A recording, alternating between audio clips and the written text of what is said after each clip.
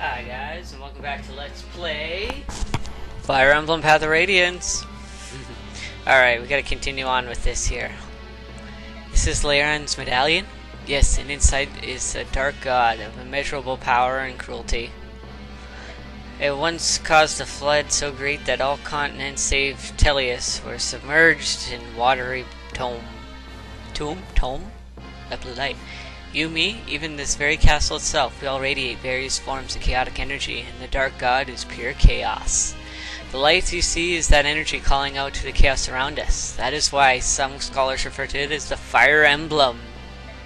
Look how you tremble. This light has the power to bewitch the human soul, you know. Calls to our chaotic impulses, like the urge to slaughter every living thing in sight.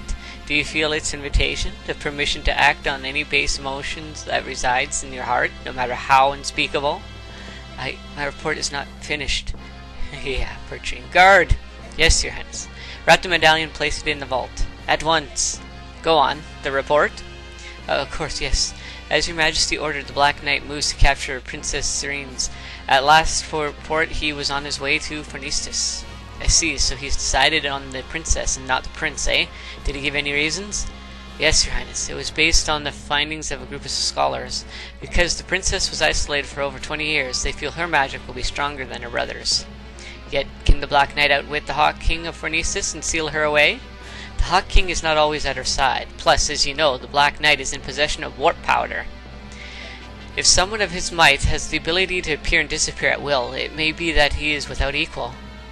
With the exception of Your Majesty, of course. Yeah, we'll have to test that someday, but not today.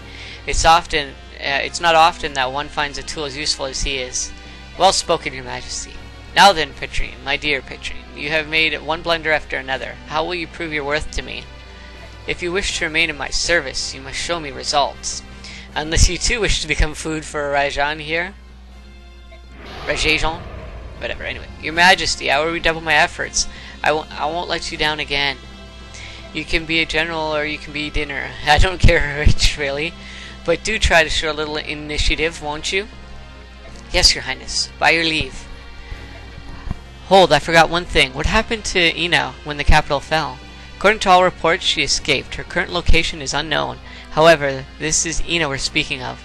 She will return to Your Majesty, will she not? Kill her. What? I have no further use for her. Oh, but if it's too much for you to kill her outright, use her trust and stab her in the back. As you wish. Alright. Let's see if I can save here. Good.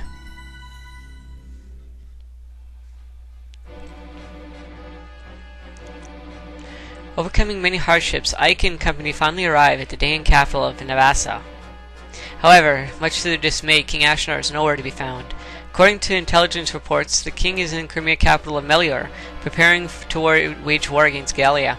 In addition, at least half of the Dayan army, including its most elite forces, remain unharmed and at his side. The Crimean army is again forced to march. This time, however, the battlefield will be their own homeland. Eagerly awaiting their arrival is a Dayan army more powerful than anything they have faced so far. This fact, coupled with Nasir's act of betrayal, has filled Ike with apprehension and disappointment.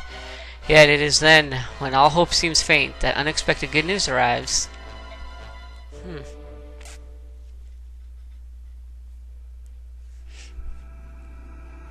Chapter 22. Solo.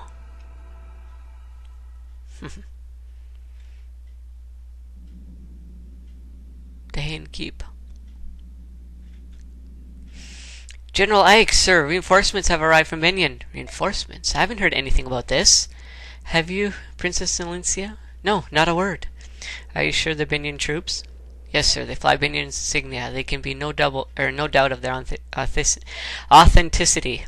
And the man in command is one of Benyon's most beloved heroes, General Zelgius. There is no mistaking him, sir. Allow me to meet with him first. I beg your pardon, are you General Ike? I am, and you are? I'm Zelgius, Earl of Cadol. I've been dispatched from Benyon with a battalion to support your army. Your assistance is much appreciated, but this is very unexpected. I understand your surprise. For Binion's Imperial Senate, this decision was made with unusual haste. I imagine so. It took forever just to get the soldiers I have now. Well, there's a reason behind this expedite decision. Duke Persis has returned home. Yeah. Do you mean Sephiran? Correct. The Duke is also senior statesman of the Imperial Senate. The Duke returned from his travels and began working immediately to settle pressing affairs of state. First he met with the Apostle, and they exchanged reports on both foreign and domestic matters. Then they discussed Binion's position in the relation to the current conflict and possible courses of action. In less than half a day, they brought the entire Imperial Senate into line and sent us here to you. So you're saying that Binion has allied itself with Crimea? Is that it? That's it exactly. I'm at your service, General Ike. Wow. Now then, please tell me what you would have my men do. I'm ordered to help in any way possible. You've caught me off guard. I can't think of anything right now. In that case, I do have permission to make camp around the palace and rest my troops? Yes, please do. That's no problem. Thank you. Please do not hesitate to call. If you have need of us, we are at your disposal. Wow.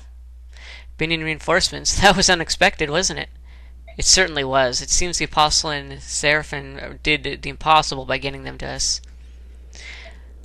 All for a little army. It's hard to believe they would go to all this trouble. First we take Dane's capital, and now this. Things are looking up. You're right. Even if we don't receive help from Gallia, we still may be able to defeat Ashnard. That's true. It's like a dream. I have to disagree. Oh look, Soren's upset again. Who knew? What is it this time? If the Crimean army is not the crux of Dane's defeat, this war means nothing. What does that have to do with the arrival of these reinforcements? The battalion that just arrived is greater in number than the one we originally received. Not only that, but all these soldiers are marching under Binion's name. So? So, if these reinforcements are responsible for defeating King Dain, what do you think will happen? That achievement, the very victory itself, will belong to the Binion Empire, not to Crimea. If that happens, Crimea will be rebuilt however Binion seems fit, and Princess Lancia will be a mere figurehead. And then the deeds of an unknown mercenary company will be expertly covered up. We'll receive some paltry sum of money and be swept under a rug somewhere. Mark my words. Soren, you're being so rude. Surely the apostle of all people would never do such a thing. And this General Zelgius seems sincere enough to me. Come, Soren, I have heard of situations like that which you describe, but whether this is such a case. We've been fortunate to receive this goodwill. Must we always search for such ulterior motives? Yes, we must. Have you forgotten Nessir? It's that sort of naive attitude that allowed him to remain undetected for so long. You people don't seem to get it. We are at war. All doubts, no matter how small, must be extinguished. If they aren't, we could well be ignoring something that will lead to our defeat or to our death. Let's take Soren's comments under consideration and discuss this at length. We meet in 1 hour. Well, that's true. Alright, our MVP is Jill and new ally is Taronio. There were no deaths and blah blah blah. Sweet. Alright, we are at camp. Do I finally have Mist and... Yay! Can I talk to you for a second, Mist? Sure, Jill. I don't really have anything to say. I just wanted to be with you. I'm kind of lonely. Tell me if I'm bothering you. No, actually I was hoping to see you, because I'm kind of lonely too. I'm glad you're here. Great! Hehehe. Oh hey, wasn't that something? Yeah, it sure was. What? The Serene's Forest. The way that Ryson and Leanne sang and made those shiny lights and brought the whole forest back to life. Yeah, that... Oh no, Jill, why are you crying? Because that made me understand the Lagus aren't bad. I am. I was the one who was wrong. Wrong about what I believed. Wrong about everything. Don't cry. Oh. You stayed behind because you knew that, right? That's why you left the Dahan army? There's no way I can go back. I'm sure my father's ashamed of me. I'm sure he thinks me a traitor. That can't be. It is. No father would talk about his own daughter like that, ever. No matter how many times you fail, father will smile and forgive you and say, "That's all right." Besides, I'm sure he'd be happy to know that his child chose a path she believed in. Because a father wouldn't... Oh, I know, it's all right. Don't cry. Miss, you make all my worries go away when you're near me. Really? The world is hard and cold and terrible. Even so, you make me want to keep going. Oh, Jill, I told you, no crying.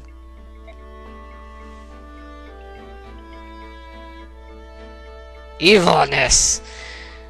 Anyways, that's going to be it for this episode, guys. I will continue on with the info next time, and I will make my outfit all that stuff, and I'll be back next time.